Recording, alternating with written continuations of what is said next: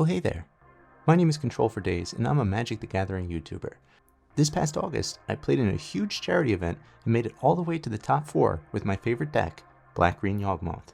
I got paired against Mono-Green Tron, and despite some sloppy play, so we got one of the two Bowmaster triggers off this one card. I was able to walk away victorious.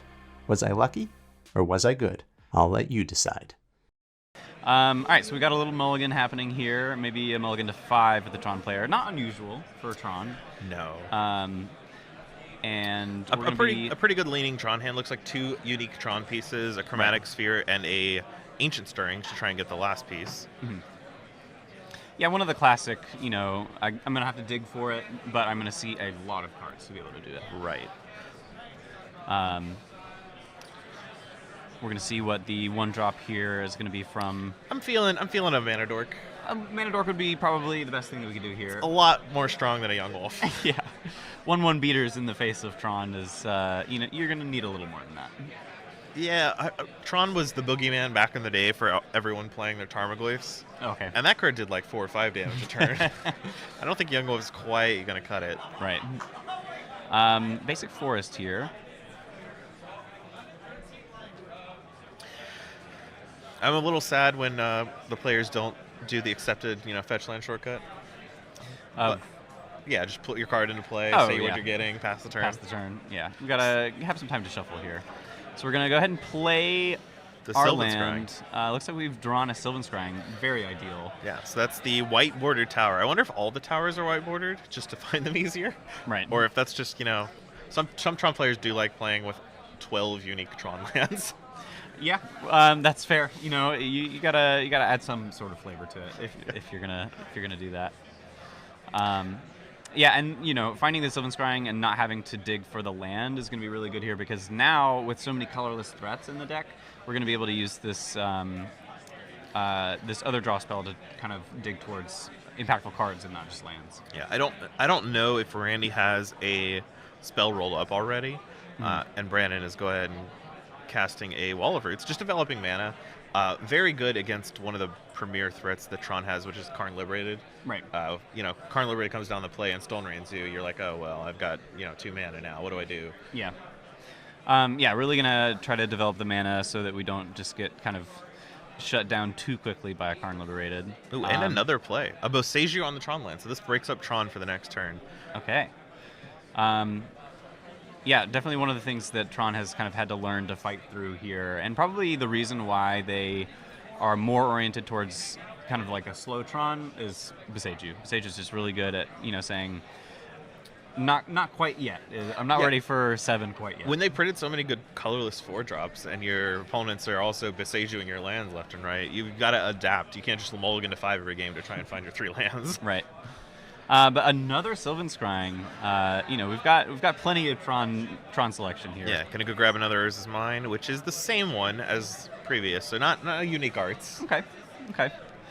Just the white bordered tower. The special tower. Yeah. It's the unique one. I wonder. Yeah, I'll curious to see another tower. See if we have a special place in our heart for the white bordered towers. Yeah. In hand, I think I do see a Karn Liberated as well as a Relic of Progenitus.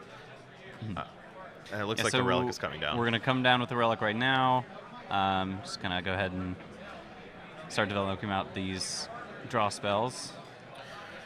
Yeah, and Brandon does know Randy has Tron rolled up, just ready to go next turn, and it's unlikely he's got another Boseiju to contain it again. Mm-hmm. Yeah, so we know Tron is coming, and importantly, we're hitting the 8 mana threshold next turn for Tron. So at 8 mana, we start to be able to see a lot of sweeping effects. We've got O-Stone, 3 + 5 makes it 8, and then also Ugin is a potential top deck here to be able to really just clear things up. And it's hard to say that you can really beat either of those from the Yawgmoth perspective. How effective would it be to just like play Karn Liberated and then leave up in Relic of Progenitus? Is there a window that Yawgmoth has to like play around? Just if you're forced to go for it because there's a Karn on the table and you don't have that much power, is Relic good enough as a hate card? It can be. Sometimes you're gonna have to lose one of your persist creatures if that's kind of what's happening. But it looks like right now. Yeah, it was just a pass turn there from Brandon. Yeah, nothing to add to the board quite yet. Maybe saving up for a Court of Calling. Well, you don't usually pass with 4 cards in your hand. Right. So there's a One Ring. Yeah. Leaving 4 mana open. A nice little chunk to use with whatever you draw. If you draw a Karn the Great Creator, you could just slam that into play too. Yeah, pretty good. So this is protection from everything, but that we know Brandon does play Blood Artist, which does target the player. Okay. That only matters a little bit because you can just pass turn and kill your opponent during their upkeep. Right. If you have to combo off. Yeah, Yawgmoth does have the ability to kind of play through the protection on your opponent's upkeep. Looks like we're going to have a Bowmaster in response to the One Ring. Maybe amass a little extra. Yeah, also you can't target them before when the protection trigger comes out, so might as well just get that 1 damage. Yeah. And I believe that Bowmaster must target something and ping something. It must target something, but you can always target your Wall of Roots or whatever. Right. Or kind of a neat trick, I think, is you can target the army itself, and it'll get the damage and the counter at the same time and still live. I think we're either asking the judge how it works, or we're forgetting the Orcish Bowmaster trigger. Because a card was drawn with the One Ring, but the army did not increase in size. Yes, there might be some judge call to try to figure out exactly what that interaction looks like. Probably wondering if that damage is a must or a may. Well, you can miss any trigger, whether it be a must or a may or not a may or what have you. Right. I think that is what happened here. But fetch land is being cracked, so I think we've moved past the Bowmaster trigger. Okay. Not realizing you just ping your own creature to make it bigger. Sure. Didn't want to ping anything. And I'm wondering if we also have a Court of Calling here. I would imagine because we get 2 bodies off of the Bowmaster, it's kind of free to be able to slide in there. So this is a Court of Calling for 2, I believe. Attention players, if you signed up for the on-demand Chaos Draft, please make kind of debating whether or not we want to do anything in response here. Maybe crack our Relic, maybe just tap it. Relic a pretty low. Yeah, you can tap it for free. That doesn't. The problem with tapping Relic is it doesn't do anything. Like it's just a meaningless game action. In response, I'll take a game action. Okay, you can continue. Sure. Yeah, go. Yeah, I like my cards sideways. You know. Yeah, some nice synergy with the One Ring. Gotta tap everything. Still have those 2 untapped lands. We got to get those things tapped. Yeah. All right, that is a Hapatra yet again. The cute little does not work very well when your opponent has protection from everything. You can't even get the free counter from a connection. Yeah. No connections to be made. No, not with the One Ring. You're invisible. Cauldron Familiar, only card more powerful than the One Ring. Cauldron Familiar, pretty powerful card. It comes in and out of the battlefield quite a lot. It certainly eats up a large portion of the clock. Right. Well, okay. Yes. Is that going to be the new top? No, because it works way better in paper than it does like on Arena. Yeah. The historic Arena opens where you had like 40 Cauldron Familiars in your triggers in your deck. It's just crazy. All right, but anyway, Brandon is coming in to tap a bunch of creatures for another huge Court of Calling. Probably for Yawgmoth. Does not currently have any Undying creatures in play. But Yawgmoth is pretty good at finding them after being able to draw a lot of cards. So I think that we're, at least giving ourselves the opportunity to set up some sort of combo kill here. Yeah, I'm trying to get a peek at Randy's hand, but the only thing I see is a Worm Coil Engine, which does not do a whole lot. Right. There it is. Yawgmoth, Thran Physician. His pre-demon phase. Still a bad guy, but yeah, human currently. I thought we established yesterday that Yawgmoth was a good guy. Yeah, I suppose if he's playing against Tron, he is the good guy. Well, right.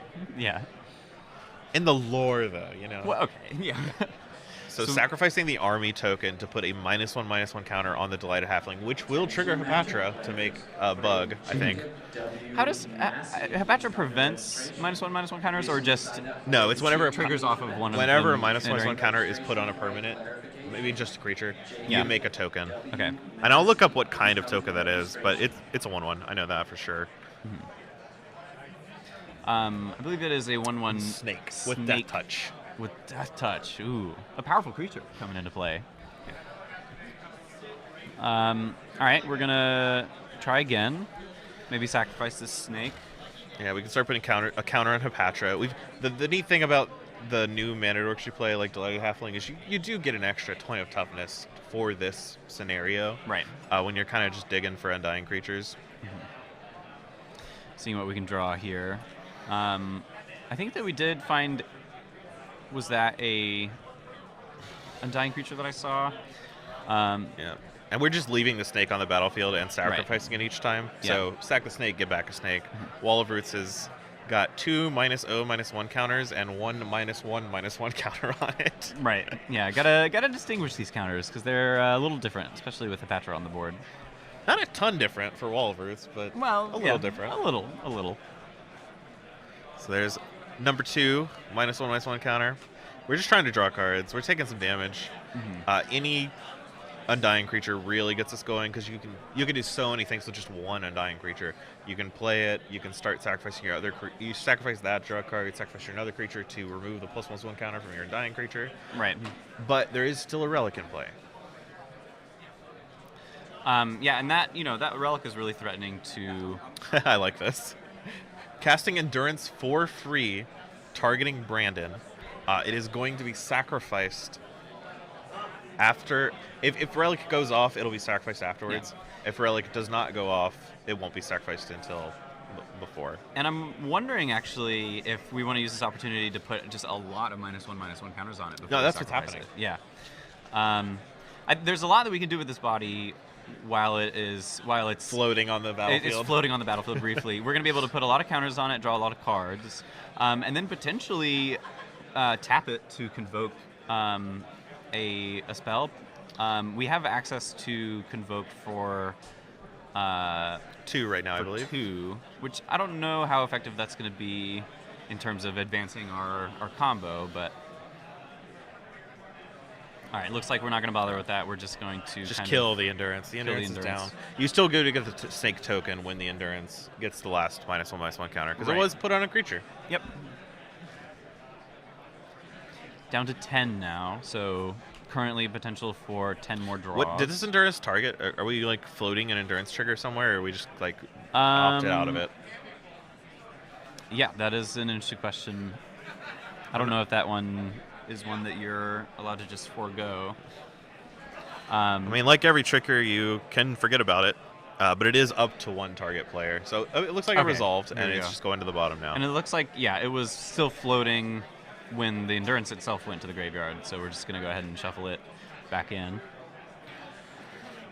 Yeah, this is a pretty good turn while your opponent has protection from everything. Yes. Because normally on those turns, you're like, oh, well. We can't really do anything, but we're doing a lot. Yeah, this is the longest turn of the match so far. Yeah. And I'm just trying to get a glimpse of the hand. I look Expedition Map, I think a Chromatic Sphere, and a Wormcoil Engine? I don't actually know what that card in front is. Oh, it's another One Ring. Oh, okay. So that's another turn of protection, which I think we've established is insufficient to contain what Brandon's doing. Yeah, we're going to need more than that. I think that we're going to need to get some of these pretty scary permanents off of the board. Right. Notably, Yawgmoth cannot target itself. So, for multiple reasons. It's pro-human, is a human. So you cannot put counters on it to keep your chain going. Protection from itself. Yeah. Also, Yawgmoth's not a huge fan of hurting himself. I would imagine.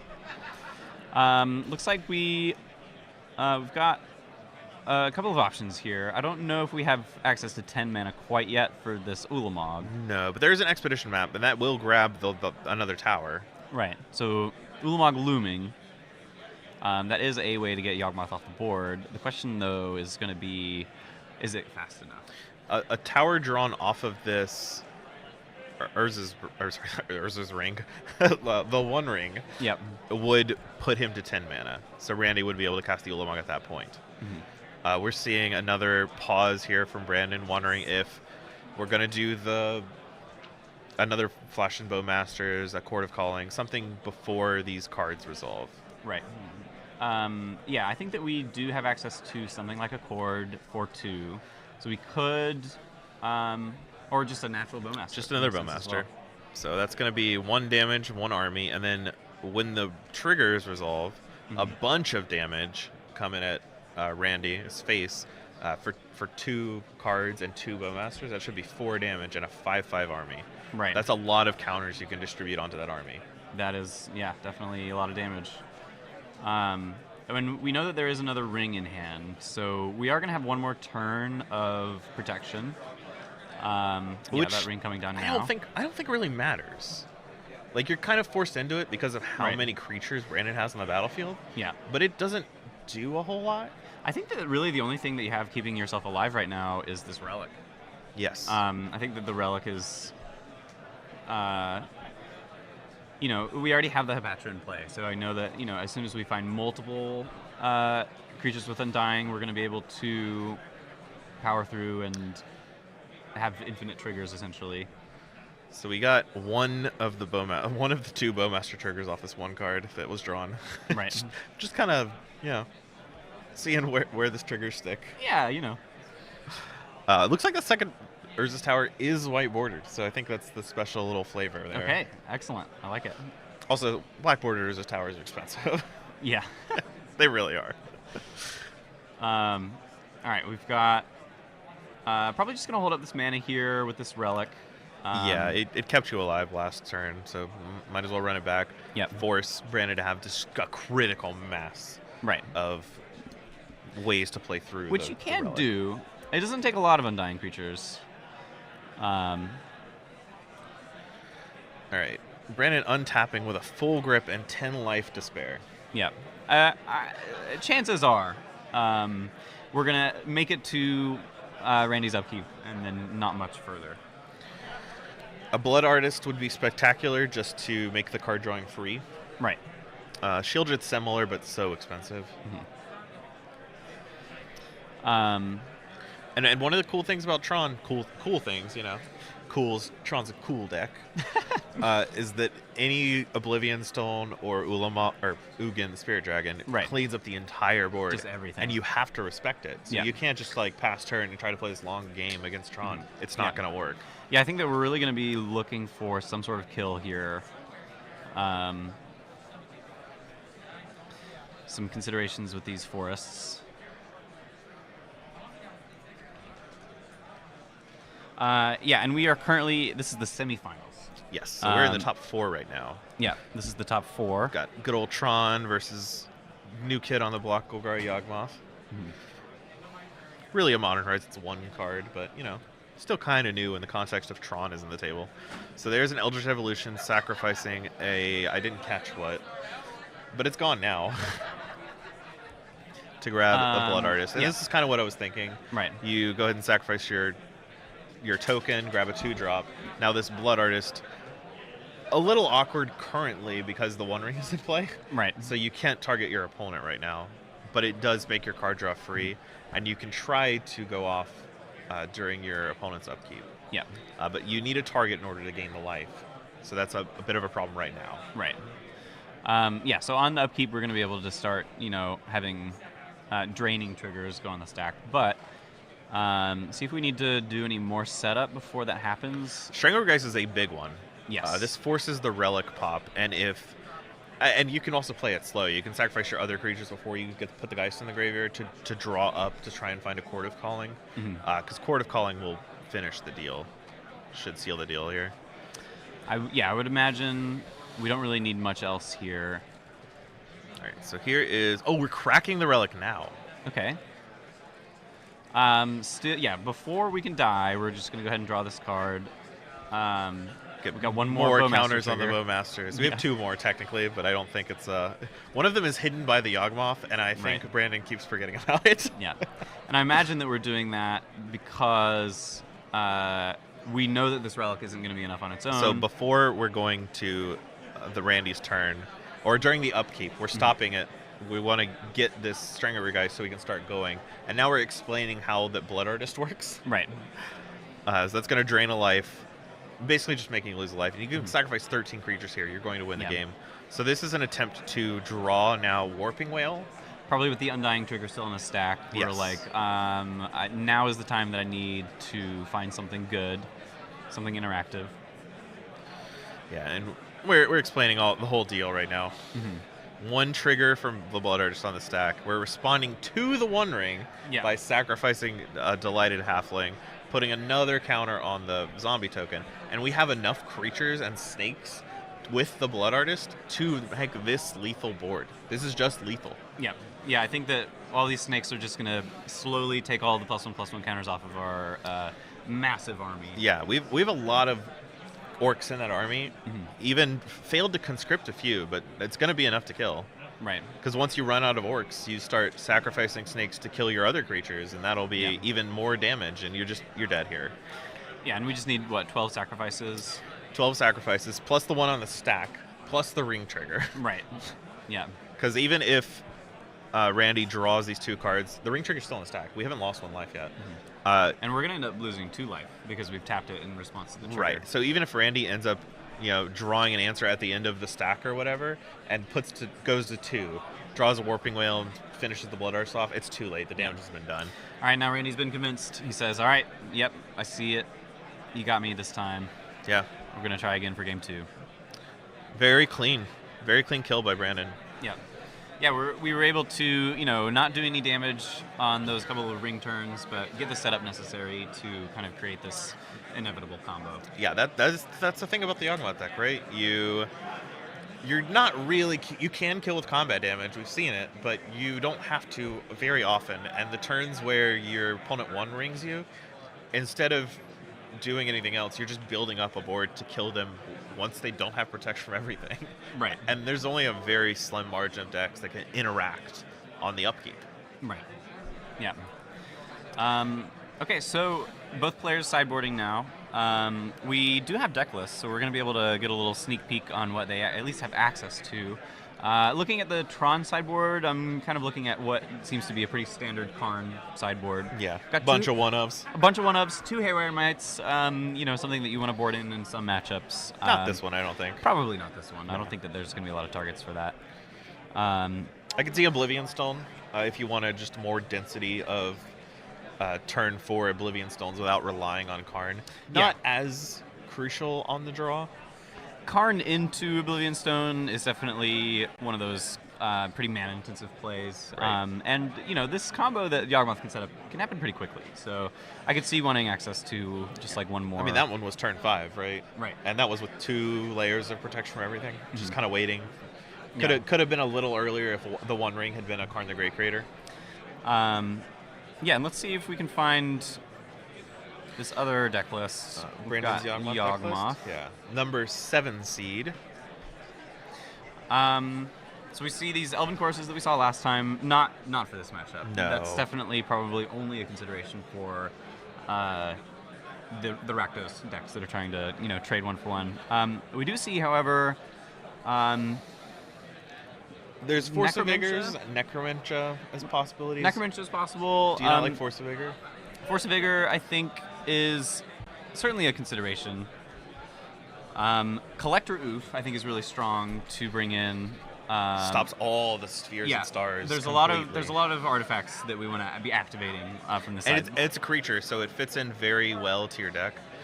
So while we're sideboarding here, I will mention we don't know the current record of the other match ongoing, but it is Amulet Titan versus Murktide. That is a matchup that is traditionally favored Murktide, but this is the top 4 and Magic, and anything can happen. Anything can happen. So not quite sure what's going on there yet. Yeah. If we have time, we'll be able to move over to that match, but considering we've just... yeah, and we do have an update, actually. Sure. Just as you mentioned it, the Izzet deck was victorious. In the Drew match? DeVoe was victorious in that match. Yeah, has not dropped a match this weekend. Yeah, he was 9-0-1, I believe, in the Swiss. And then, pretty easy 2-0 for him today. I think Drew in the last round and could have just conceded. Just partied a little bit. Yeah, just it's lunchtime. You gotta get a little food, get a little fuel for the next one. So we're gonna have the winner of this match facing off against Murktide in the finals. Cool. From the Murktide seat, who do you think you're rooting for between these two players?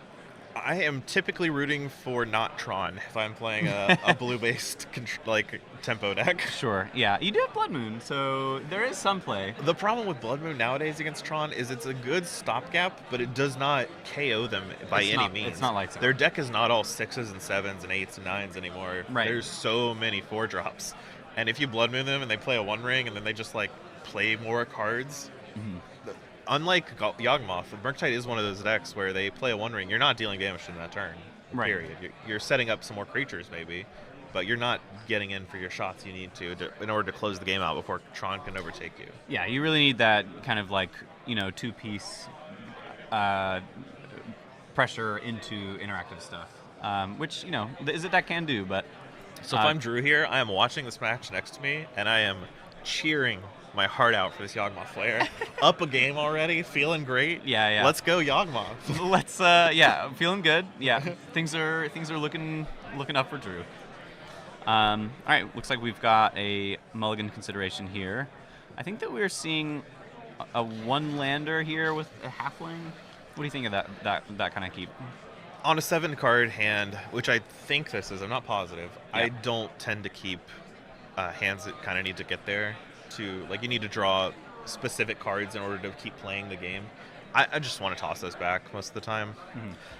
And I think, we could have the hand wrong because I think it looks like that Brandon is keeping it. There might be another land hanging out in there. So, one of the cards that I know that these Tron decks are going to be siding into, or maybe even have in the main deck, maybe I should go back and check, is Dismember.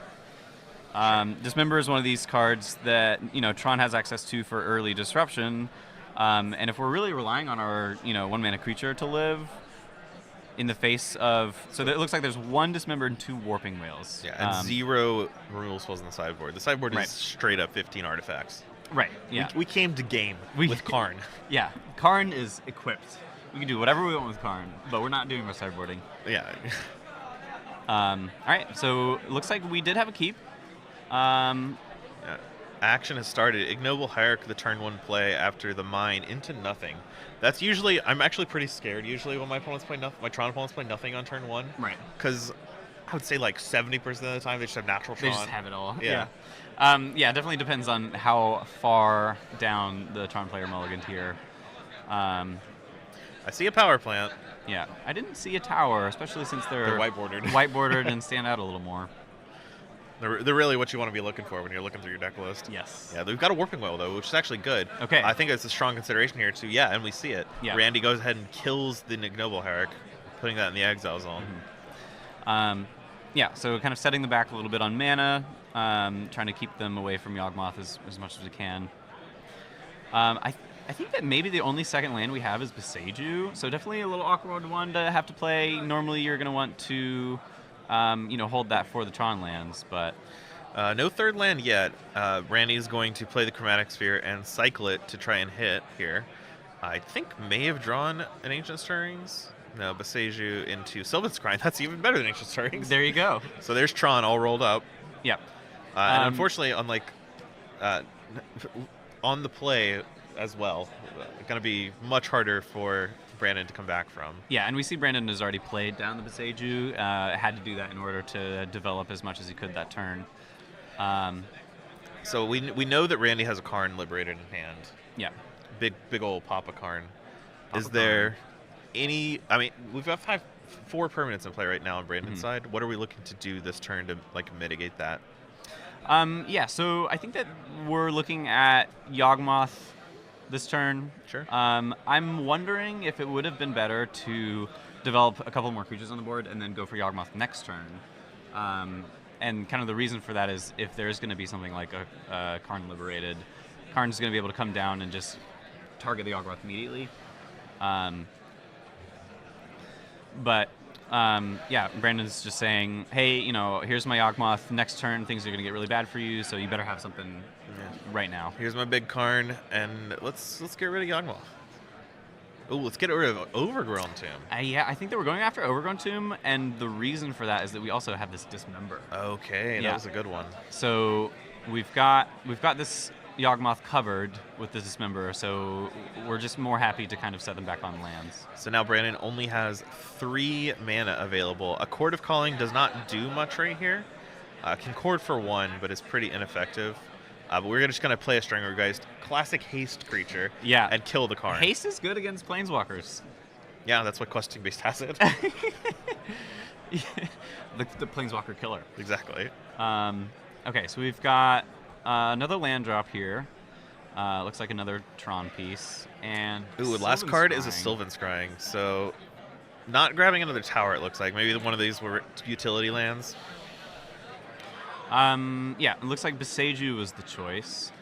I don't hate it. You rarely need, like, scads of mana playing Tron. Right. Unless you're, trying to Karn out 12 drops from your sideboard or something Maybe like that. Walking Ballista or something. Yeah, I don't think he has access to Walking Ballista here, so not really a consideration.